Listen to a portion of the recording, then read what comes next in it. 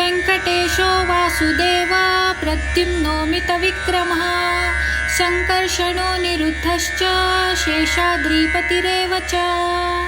जनार्दनः पद्मनाभो वेङ्कटाचलवासकः सृष्टिकर्ता जगन्नाथो माधवो भक्तवत्सलः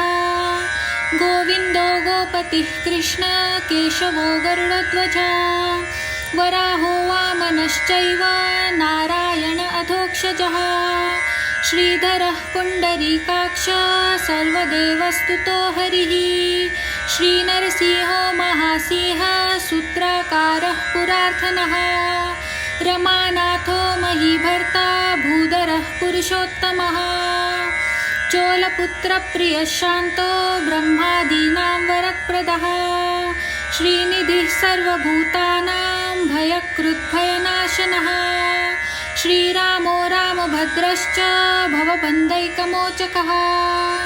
भूतावासो गिरावासः श्रीनिवासः श्रियपतिः अच्युतानन्तगोविन्दो विष्णुर्वेङ्कटनायकः सर्वदेवैकशरणं सर्वदेवैकदैवतं समस्तदेवकवचं सर्वदेवशिखामणिः इतीदं कीर्तनीयस्य विष्णोरमिततेजसः त्रिकाले यः पठे नित्यं पापं तस्य न विद्यते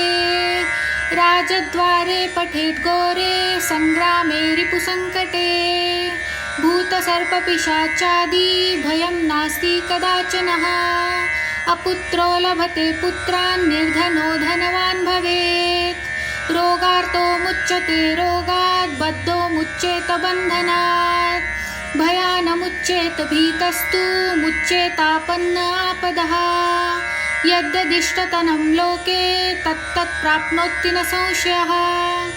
ऐश्वर्यं राजसन्मानं भक्तिर्मुक्तिर्फलप्रदं विष्णुलोकैकसोपानं सर्वदुःखैकनाशनं सर्वैश्वर्यकदं नृणां सर्वमङ्गलकारकं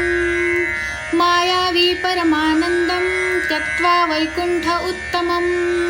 स्वामी पुष्करणीतीरे रमया सह मोदते कल्याणाद्भुतगात्राय कामितार्थः प्रदायने श्रीमद्वेङ्कटनाथाय श्रीनिवासाय ते नमः वेङ्कटाद्रिसमस्तानं ब्रह्माण्डे नास्ति किञ्चनं